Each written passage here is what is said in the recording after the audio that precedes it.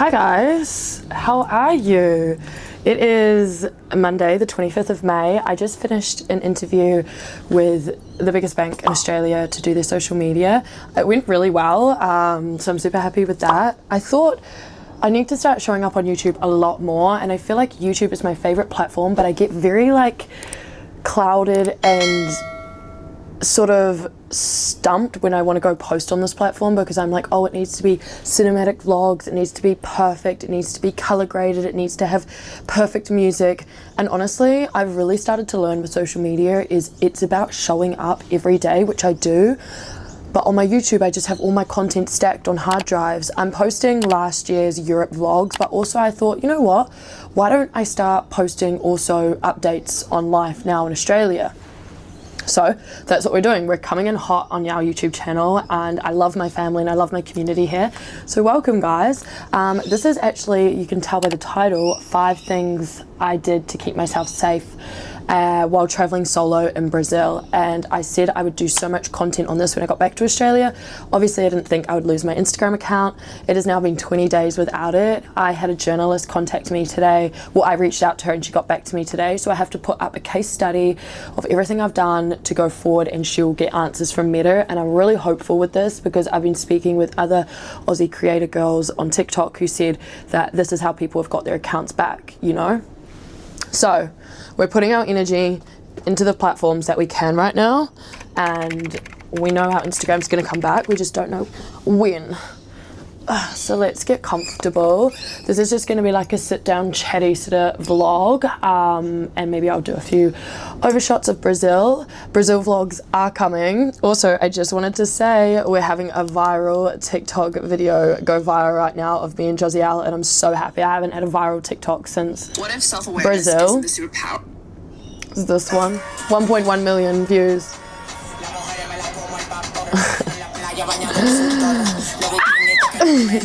I like woke up this morning and Josiel like messaged me. He's like, oh my gosh, it was like at 600,000. I was like, it's gonna go to 1 mil. I already know it. So welcome to the vlog, guys. I'm gonna start off with my top 5 tips to staying safe in Brazil. This isn't really a safety one, but I had written this down, I think, when I was drunk, because it's really bad handwriting. But asking for the price before buying something, this happened to me a lot in Brazil. I honestly didn't get scammed that much, but there were a few times where I would get merch on the beach, and obviously the different vendors have different price. No problem, I get it's your hustle. But some would be like 25 reais, which is like £4, which is very expensive for March. So there was a couple of times when the guys would come past the vendors, and when I'd be at the gym in Rio and I would just grab a March, I'd be so parched, I'd be like training hard, and I'd go Quanto, and then obviously I didn't understand Portuguese numbers, so I would be like, oh, okay. And sometimes I used to get out my calculator and get them to put the price in my phone. Small?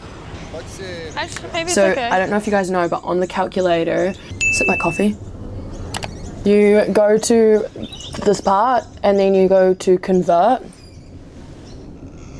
and then you can pick the currency. Mine is already in Brazilian reals to Great British pounds because I was traveling on pounds when I was there. So then I would like give them the phone and be like, put the price in, and they would obviously put Brazilian reals in, and then I could see what the conversion was to Great British pounds. But you know, sometimes you don't want to do that. Your phone's tucked away and you're just like, okay. So a couple of times I would say that I paid way too much for things just because, one, I didn't ask for the price, my fault. And 2, I didn't know the Portuguese numbers. So I think that's like a really big lesson, is don't just assume all the vendors are going to charge you the same just because I'd been there for 3 months, that every vendor is going to charge you so much. Also, another thing that happened to a lot of people is, I was actually surprised when I went to Brazil, it's very card friendly because they come around with the machines on the beach and they will just hand the machine to you and you can just tap your card. They have these portable machines like the Square machines, but the thing is they will sometimes put in like a big price, and if you don't check the price before you tap, one of my Canadian friends like spent like 1,000 Canadian on a piece of cheese, so you got to be super careful with that. That never happened with me. I'm very money conscious and I am always like, what am I tapping? But it happened a couple of times when I was getting motor Ubers and I was in a rush, and they would just hand the machine to me and I would just tap, and you know, sometimes I'd be like, oh, that wasn't the price I asked for. So yeah, I think always being switched on that side. Quanto, always ask for the price and learn your Portuguese numbers. I think that rolls into the second tip, which is going to Brazil with just a tiny bit of Portuguese will make it a lot more safer and a lot more enjoyable. Obviously, I only planned to go to Brazil for 10 days and I ended up staying 4 months. So I think learning just the numbers, because you're gonna ask how much things cost when you go get a cappuccino from the store. You know, when they go 27, you know that's 27 is 27, 30 is 20, I think, and 20 is 30. So you can know that's 30 reais. Okay, 30 reais, and once you've been there a while, you know 30 reais is like £4. So learning a little bit of Portuguese before you go there is so helpful, like even just to enjoy the experience a lot more, to interact with the locals. Onde você mora, where are you from, how old are you, what do you do for work. So once I spent my 2 months kind of living in Rio like a carioca, I really started to make an effort every day to learn a phrase that I could practice, because it was nice to kind of live there and feel like I was living like a local and practicing my Portuguese. So learning the numbers, learning basic phrases like how much is this, like how much is this, where can I get this, sort of things like ordering a coffee is not really, like, it's good, but those aren't the things that are going to keep you safe. Sort of keeping you safe is like how much things are so you don't get scammed. Where can I get to this place? Say you're in a dangerous situation as a girl, just knowing how to say like, where can I get da da da da. So learning a bit of Portuguese, definitely recommend. The phone stealing in Rio, I actually never saw anyone get their phone stolen. I actually think the phone stealing is worse in London. I used to live in central London and I lived like 20 minutes from Oxford Street, and they literally had to paint and you know in London they say mind the gap. They literally painted mind the phone snatching because it was so bad on Oxford Street. They also come on the e-bikes and the baklavas in London, and as soon as they grab it on those e-bikes, they're so fast. They also work around the clock in London. There was one time I was getting up and going to the gym at 6:30 in the morning in Euston area, and there was like 3 of them, and I was like half asleep out with my phone. So it does happen in Rio, don't get me wrong, but I feel like in London it happened a lot more and it was a lot more targeted. I feel like in Rio you had to be a bit unsmart and a bit unlucky. I recommend going to Brazil with 2 phones. I always had 2 phones because obviously my social media, if one got stolen in London, you know, that's my social media, that was my business. So I always have had 2 phones for about 4 years. These are the same 2 phones I went to London with. I left the same phones that I went to London with, and I left with the same phones I went to Brazil with. I do recommend having the strap. I do recommend having the strap on your phone, and so you just have that. It's just sometimes it helps, sometimes it doesn't. But my biggest tip for phones in not just Rio, London, look at your phone, look at your directions when you're in a cafe, when you've got people around, when you're in a building. As soon as you go out on the street, put the phone in your fanny pack, in your bag, hidden away, so it's just not in reach with people. I think a lot of people are always asking me, how are you keeping all your technology safe while you're in Brazil? And the thing is, if people can't see something, they're not gonna just come and attack you and rob you, which I actually thought, like, I didn't know what to think when I went to Brazil. I thought you would just get robbed anywho, but it's less likely to happen if you don't show that you have things. So when you go out on the street, phones away, memorize your directions to where you're going, and then if you are walking 10 minutes, you're like, let me check if I'm on the right way, dip into a side street. You will always see me, I will always pull my phone out and look into a wall of a hotel, of a building. You know, do not pull, say the street's this way, do not pull your phone out that way.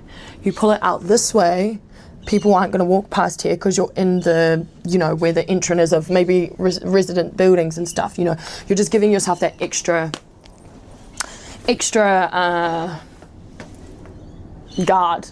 So yeah, that is a big thing. And just bring 2 phones. So go out. Sometimes when I was in Carnival, I was going out with my iPhone 12 because it's smaller. Actually, this phone is like a little weapon. It's got such a great camera as well. And then when you're not in such a dangerous place, you can go out with your main phone, but definitely having 2 phones, essential. Okay, next one. That's done. Knowing some Portuguese. So scout out the areas in Rio before you go to them at night, I think is really important. Obviously it's different vibes when you go to different places at night, but I found like when I wasn't sure of a place, I would go there in the day, so to see what it's like and kind of familiarize yourself with what's around, what people are around, what sort of cafes, buildings, For example, I went to Lapa and Centro. I would go in the day and see what it's like in the day, and then you kind of just know how the streets are, you know what bits have sort of dead ends. You're just a bit more familiar, because then when you go to it at night and it's dark and it's a bit more dangerous, I've got like a lot more of your alert on, because you've got to worry, it's dark now, I've got to worry about people snatching my phone. I feel like when it's daylight, there's more people around, so you have just a bit more security. So I definitely think that is a recommendation. I have one more tip for you guys, and it is make friends with the locals there. If you're in Rio, especially karaokers, they know their city so well, and they will want you to have a good time in their city, so they're not going to put you in danger. They also, if you don't speak Portuguese and you go with them, they can negotiate with the locals and kind of keep you safe, like that safety guard. I was traveling solo as a woman, and when I would go to new places, I would make friends with Portuguese people there, and they would want me to have a good time in Brazil, so they would like take me under their wing. They would take me to parties they know, they would take me to the favelas, they would take me to beaches they know, and I always felt safe when I was with them, because they spoke Portuguese, and they also don't want anything bad to happen to you, because they don't want you to have a bad time in their country. It's like if someone came to New Zealand and I want them to have a good time in New Zealand, I would do everything I can so they had a good time. So I think that's a really big one, is make friends with the locals. And also it's so much fun with the locals. Like if you go to New Zealand with someone from New Zealand, they're going to tell you more about their culture. You're going to learn a lot more about the country when you're with the locals. So yeah, that is a big tip. But yeah, those are my 5 tips. I'm just trying to think if I can think of any others. Have a fanny pack. I had a fanny pack the whole time I was in Brazil. It was quite a good size fanny pack. I know a lot of Brazilians like wear the fanny pack under here. I don't actually think that's necessary. If someone's going to rob you, they're going to rob you. I used to have my big fanny pack here that used to have my phones and my camera. I think the biggest thing to keeping your stuff safe is to just not show what you have, and then people are not just going to come and target you. So a lot of the time when I finished with my camera, I finished vlogging, I would put it away and you wouldn't know where my phones are or what. So yeah, those are my tips on how to stay safe in Brazil. I hope you guys enjoyed. If you guys like these kind of videos, let me know. And yeah, we're showing up every day on every platform. We're starting the coffee shop on Wednesday. 6 a.m. starts, but no, 5:50 a.m. starts. But that's okay. We're moving forward. We're also got our WhatsApp community together. It's called Blog Baddies. I'm posting all things social media, all things business, all things entrepreneurship, all things Lynn's blog, and all things moving forward. Maybe some of you will go through this, you'll lose your accounts, and that's a big part of your income. So if you guys want to be a part of that WhatsApp group, make sure you join the link in the description.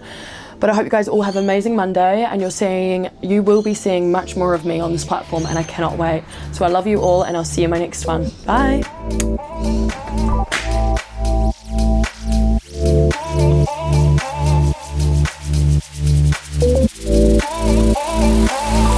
Wanna be just like you.